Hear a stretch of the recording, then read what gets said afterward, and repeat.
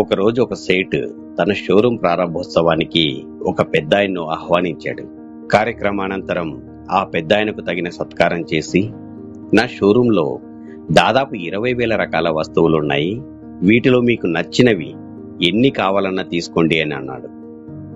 పెద్దాయన ఒక చిరునవ్వే నవ్వి, నిజానికి నాకు బ్రతకడానికి అత్యవసరం అనిపించే వస్తువు అయితే ఇక్కడ ఏది కనిపించట్లేదు. అయినా ఒక మనిషి సుఖంగా ఉండడానికి ఇన్ని వస్తువులు అవసరమంటారా? అసలు మనిషి తన జీవిత కాలంలోనైనా వీటన్నిటినీ వాడగలుగుతాడంటారా? నాకైతే చాలా ఆశ్చర్యంగా ఉంది మరి అన్నాడట. నిజమే కదా, ఎయిర్ ఫ్రెషనర్ లేని కాలంలో ఎంతమంది శ్వాస ఆగిపోయిందండి. ఫేస్ వాష్లు వాడకుంటే ఎవరైనా నల్లగా మారిపోతున్నారంటారా? హోమ్ థియేటర్ తెచ్చుకుని ఎంతమంది కళాకారులు అయ్యారో మరి. మృదువుగా, ఒత్తుగా, నల్లగా నిగనిగలాడి జుట్టున్న వాళ్ళంతా హెయిర్ కండిషనర్స్ వాడుతున్నట్లయినా? డైనింగ్ టేబుల్ మీద భోజనం చేసేవారికి మోకాల నొప్పులు రావట్లేదా? కొంచెం ఆలోచించండి. హ్యాండ్ వాష్లు లేకుండా ఎంతమంది తాతయ్యల కడుపులో పురుగులు పడ్డాయి చెప్పండి. మనమేదో డియోడరెంట్ రాసుకున్నామని వాసన మూర్చూడ్డానికి మన దగ్గరికి ఎంతమంది వస్తున్నారు? నిజం చెప్పాలంటే నేను సుఖంగా ఉంటున్నాను అని నిరూపించుకోవడానికి మాత్రమే మనం ఇవన్నీ చేస్తున్నాం. కానీ వీటి వల్ల మనం ప్రకృతికి, సహజత్వానికి బాగా దూరం అవుతున్నాం. లేదంటే కొంగలు ఎప్పుడైనా షాంపూతో స్నానం చేయడం మీరు చూసారా? నెమలి తన రంగును కాపాడుకోవడానికి ఏ కండిషనర్స్ వాడుతుంది చెప్పండి? పిల్లికి ఎప్పుడైనా కంటిలో శుక్లాలు వచ్చాయంటారా? ఏ షాంపూలు వాడకుండా కుందేలకు ఒక్క వెంట్రుకైనా రాలుతుందా చెప్పండి? అంతెందుకు, ఇన్హేలర్లు, బాంబులు వాడకపోయినా కుక్క వాసన పసిగట్టే సామర్థ్యాన్ని ఎప్పుడు కోల్పోవడం లేదే. ఇన్సులిన్ వేసుకోకుండానే తేనెటీగల షుగర్ లెవెల్ ఎప్పుడు అదుపులోనే ఉండడం లేదా?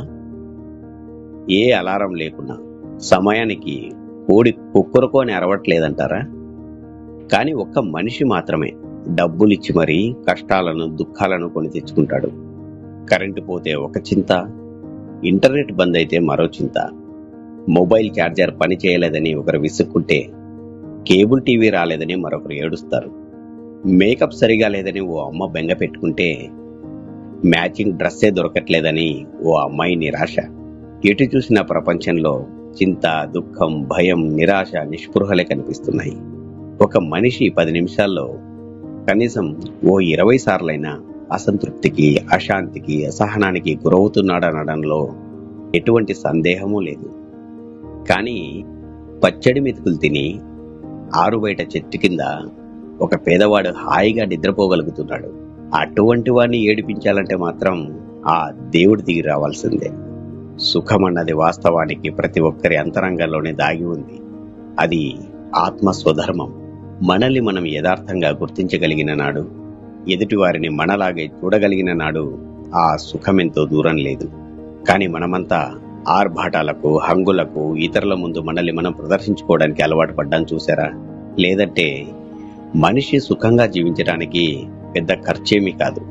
కానీ ఆ సుఖాన్ని అందరి ముందు ప్రదర్శించాలనుకున్నప్పుడు చాలా పెద్ద మూల్యమే చెల్లించాల్సి వస్తుంది. ఈరోజు ప్రపంచంలో ఎన్ని సుఖ సాధనాలు, సౌకర్యాలు పెరుగుతున్నాయో మనిషి అంతగా దుఃఖంలో మునిగిపోతూ ఉన్నాడు. ఒంటరితనంతో, నాన్నవారే లేక సత్సంబంధాలకు, వారి ప్రేమలకు దూరం అవుతున్నాడు. మీకిది యథార్థం అనిపిస్తే దయచేసి అందరినీ జాగృతం చేయండి. అనవసరమైన ఖర్చుల నుండి అందరినీ రక్షించండి. ఒక్క విషయం గుర్తుంచుకోండి, మీరు సుఖంగా ఉండడానికి ఖర్చు చేయండే కానీ ఆ సుఖాన్ని అందరి ముందు ప్రదర్శించడానికి కాదు.